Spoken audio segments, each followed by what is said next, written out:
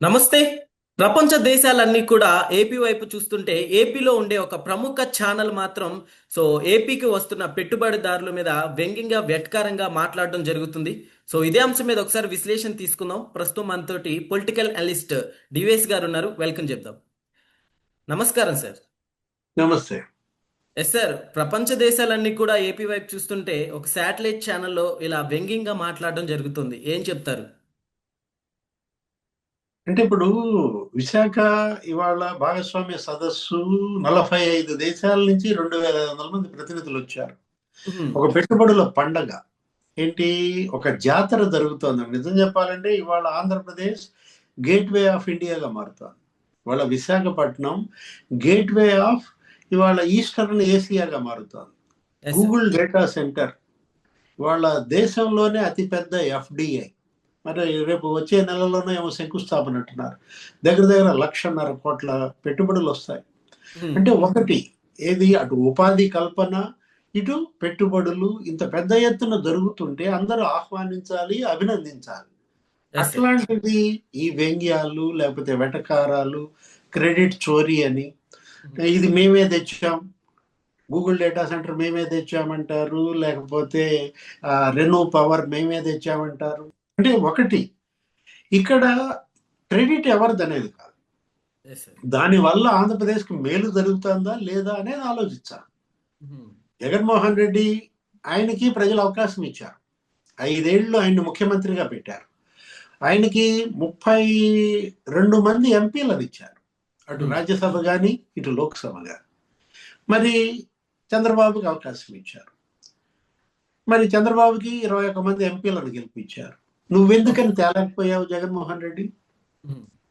నువ్వెందుకని ఈ విధంగా పెట్టుబడులు తేలేకపోయావు, కేంద్రం నుంచి నిధులు తేలేకపోయావు? దానికి ముందు క్షమాపణ చెప్పాలి. ఎస్. దానికి ముందు ప్రజలకు అతను జవాబు ఇవ్వాలి. ఉహుం. ఇప్పుడు ఆ రోజు 32 మంది ఎంపీలతో నువ్వు ప్రధాని మోడీతో ఈ రాష్ట్రానికి ఏం చేశావు? ఇప్పుడు ఇవాళ వీళ్ళు 16 నెలల్లో మోడీతో దగ్గర దగ్గర మరి 3,00,000 కోట్ల పనులకు శంకుస్థాపనలు చేయించారు, భూమి పూజ చేయించారు. Yes sir. గ్రీన్ హైడ్రోజన్ హబ్గా ఆయన వచ్చి మోడీ మరి 1,50,000 కోట్లతో విశాఖలో శంకుస్థాపన చేశారు. ఆర్సిలార్ మెటల్ స్టీల్ కంపెనీ 1,65,000 కోట్లతో ఇవాళ అసలు అనకాపల్లి నుంచి విశాఖపట్నం మొత్తం నీకు అసలు స్టీల్ సిటీగా మారుతాం. Yes sir. Visakha economic region గా 9 జిల్లాలను ఇవాళ అభివృద్ధి చేయాలని ఒక బుల్లెట్ స్పీడ్తో ఈ ప్రభుత్వం వెళ్తారు. వీళ్ళు ఏదడిగితే అది కేంద్రంలో ఉన్నటువంటి మోడీ ప్రభుత్వం ఇస్తారు. ఉహుం. నువ్వెందుకు తేలేకపోయావు? వీళ్ళు ఏ విధంగా తెస్తున్నారు, దీనిపైన చర్చ జరగాలి. అంతే తప్ప వచ్చే పెట్టుబడులను అడ్డుకోవాలను, మోకాలు అడ్డాలను, తప్పుడు మెయిల్స్ పంపడం, పెట్టుబడులు పెట్టొద్దని మరి లేఖలు రాయడం, ట్వీట్లు ఎస్ సార్. చేయడం, అభివృద్ధికి అడ్డుపడుతున్నట్టే కదా సార్ ఇదంతా కూడా. అది తప్పుడు పని. ఇవాళ ప్రజలన్నీ గమనిస్తున్నారు అవును. ఎవరేం చేస్తున్నారు, ఎవరు ఎలా అరాచకం సృష్టిస్తున్నారు, అభివృద్ధిని అడ్డుకోవాలని చూస్తున్నారు. జనం ఏం పిచ్చోళ్ళు కాదు కదా. Yes sir. మనం ఇప్పుడు రెన్యూ పవర్, మరి సుమంత్ సిన్హా ఆయనే ఉహుం. చెప్పాడు కదా, 6 ఏళ్ల క్రితం ఈ రాష్ట్రం వదిలి వెళ్ళిపోయాం, మళ్ళా ఇవాళ అడుగు పెడుతున్నాం ఈ రాష్ట్రంలో అని ఎవరన్నారు? ఆ రెన్యూ పవర్ ఆ సిఇఓనే చెప్తున్నాడు. Yes sir. జగన్మోహన్ రెడ్డి ఆయన మీడియా ఏమంటోంది, రెన్యూ పవర్ మేమే తెచ్చాము అని ఏవో జీవోలు ఏవో ఫోటోలు చూపిస్తే సుమంత్ సిన్హాయే చెప్తున్నాడు. Yes sir. చంద్రబాబు చెబితే మనం డౌట్లు అనుకుంటాం, ఉహుం. పవన్ కళ్యాణ్ లోకేష్ చెబితే రాజకీయం అనుకుంటాం. పారిశ్రామికవేత్త సుమంత్ సిన్హాయే 6 ఏళ్ల క్రితం ఈ రాష్ట్రం వదిలి వెళ్ళిపోయాను, ఇవాళ అడుగు పెట్టాను, చాలా సంతోషంగా ఉంది, చంద్రబాబు స్పీడ్ అందుకోలేకపోతున్నాం. ఎస్. కరణ్ అదాని ఏమన్నాడు? ఉహుం. ఆయనతో పాటు పరుగు పందెంలో పోటీ పడలేకపోతున్నాం అంటున్నారు. ఆయన 75 ఏళ్ల వయసు. ఆ? ఆ వయసులో ఆయన ఒకటే కంకణం, రాష్ట్రాన్ని అభివృద్ధి చేయాలి, ఉహుం. యువతకు ఉపాధి కల్పించాలి, 20 లక్షల ఉద్యోగాలు కల్పించాలని వాళ్ళు ఒక లక్ష్యం పెట్టుకున్నారు. Yes sir. ఇప్పుడు దానికోసం మరి 40 లక్షల కోట్ల పెట్టుబడులు తేవాలని లక్ష్యంగా పెట్టుకుంటే ఈ ఛానల్ లేకపోతే ఈ మీడియా ఏమని రాస్తున్నాయి? ఉత్తుత్తి ఒప్పందాలు అంటారు. Yes sir. ఇవి వచ్చే పెట్టుబడులు కావంటారు. ఏం ఉత్తుత్తి ఒప్పందాలు? ఇప్పుడు కియా కార్ ఇండస్ట్రీ ఉత్పత్తి ఒప్పందమా? ఇవాళ కియా కార్ ఇండస్ట్రీ వల్ల అనంతపురం, పెనుగొండ రూపురేఖలే మారిపోయాయి. Yes sir. కరువు సీమలో ఇవాళ కార్లు పరిగెత్తిస్తున్నారు. అంటే ఒక కియా కార్ ఇండస్ట్రీ అప్పట్లో అతిపెద్ద ఎఫ్డిఐ. అది ఎలా అయితే రాయలసీమకి మరి ఒక మణిహారంగా మారిందో ఇప్పుడు మనం చూసాం. నిన్నే ఏంటి 2,800 కోట్లతో మరి అక్కడ ఒక సెమీ కండక్టర్స్ హబ్, ఆయన ఎవరు, కళ్యాణి, భారత్ ఫోర్జ్ ఆయన పెడుతున్నారు. ప్రొఫెల్లర్స్ తయారీ ప్లాంట్ పెడుతున్నాం. అంటే రక్షణ పరిశోధన సంస్థలు వస్తున్నాయి. ఎక్కడ? అటు కొప్పర్తి, ఇటు ఓర్వకల్లు, రాయలసీమలో అక్కడేంటి ఏరో స్పేస్ సిటీస్ గా తిరుపతి, సత్యసాయి జిల్లా ట్విన్ స్పేస్ సిటీస్ గా మారుతున్నాయి. డ్రోన్ సిటీగా కర్నూలు మారుతుంది. కర్నూలు డ్రోన్ సిటీగా మారుస్తున్నారు. అంటే విశాఖ చెన్నై ఇండస్ట్రియల్ క్యారిడార్, మరి Chennai Bengaluru industrial corridor, Hyderabad Bengaluru industrial corridor, 3 industrial క్యారిడార్ల మధ్యలో ఆంధ్రప్రదేశ్ ఉండడం ఒక అదృష్టం. Yes sir. ఇలాంటివి వీళ్ళు ఎన్ని ప్రయత్నాలు చేసినప్పటికీ కూడా కంపెనీల రాకని అడ్డుకోగలరంటారా? అడ్డుకునేవాడు అడ్డుకుంటాడు, వచ్చేవాడు వస్తాడు. ఇదేంటంటే ఇది మామూలే. ఇది హీరో ఉంటాడు, విలను ఉంటాడు. Yes sir. ప్రతి సినిమాలో హీరో ఉంటాడు, విలన్ ఉంటాడు, వాళ్ళ మధ్య ఫైటే. అదే కదా సినిమా. ఇప్పుడు ఆ సినిమా అంతా ఆంధ్రప్రదేశ్ లో కనపడుతుంది అనమాట. ఒక రకంగా చూడాలంటే ఇప్పుడు ఎవరెంత పెట్టుబడి ఏ విధంగా అడ్డుకోవాలని చూసినా వచ్చే ఈ వరద ఆగదనమాట. ఇప్పుడు అరచేత్తో అడ్డుపెట్టి సూర్యోదయాన్ని ఆపుతావా? లేదు. ఇప్పుడు తుఫానుకి ఎదురెళ్తావా? ఏం జరుగుద్ది? తుఫానుకి ఎదురెళ్తే ఏం జరుగుద్ది? కొట్టుకుపోతారు. ఇప్పుడు ఆ గాలివానలో కొట్టుకుపోవటం ఇక అది తప్పదనమాట. ఒకటి ఇక్కడ జగన్మోహన్ రెడ్డి భయపడుతున్నాడా? మనకు అదే కనపడుతుంది. ఈ రాతల్లో, ఈ పోస్టుల్లో, లేకపోతే ఈ ఛానల్స్ లో ఏంటి జగన్ భయాన్ని బయట పెడుతున్నాయి.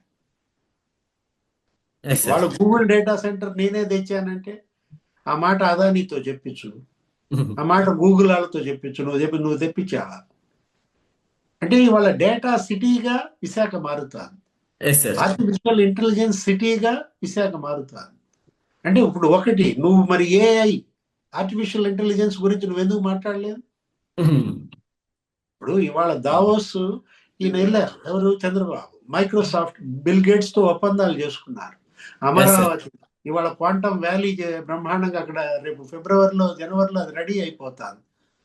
అమరావతి ఇవాళ రాజధాని నిర్మాణం శరవేగంగా జరుగుతుంది. 1,00,000 కోట్లతో ఇవాళ క్యాపిటల్ కన్స్ట్రక్షన్ జరుగుతుంది. పోలవరం పూర్తి చేస్తున్నారు. పోలవరం ఇవాళ 13,000 కోట్లు ఇవాళ ఆల్రెడీ 13 నెలల్లో ఖర్చు పెట్టి చేస్తున్నారు. విశాఖ స్టీల్ ప్లాంట్ కి 13,000 కోట్లు తెచ్చారు. మరి నువ్వెందుకు తేలేకపోయావు? ఈ అభివృద్ధిని తట్టుకోలేక ఇలాంటి ప్రచారాలు చేస్తున్నారంటారా సార్? అంటే భయం. ఇక మాకు భవిష్యత్తు లేదు అనే భయంతో చేస్తున్నటువంటి దుష్ప్రచారం. ఈ విధంగా పెట్టుబడులు వస్తే, ఈ విధంగా యువతకి ఉపాధి కల్పిస్తే, చంద్రబాబును గనక అడ్డుకోకపోతే ఇక మేము ఊడ్చుకుపోతాం, మేము ఇక కొట్టుకుపోతామన్న భయం కనపడుతోంది. ఆ భయంతోనే వీళ్ళు ఈ విధమైనటువంటి అరాచకాలకి పాల్పడుతున్నారు. భయపడేవాడు ఓడిపోతాడు, ధైర్యవంతుడే గెలుస్తాడు తప్ప భయం అనేది మన తొలి ఓటమిగా చూడాలి.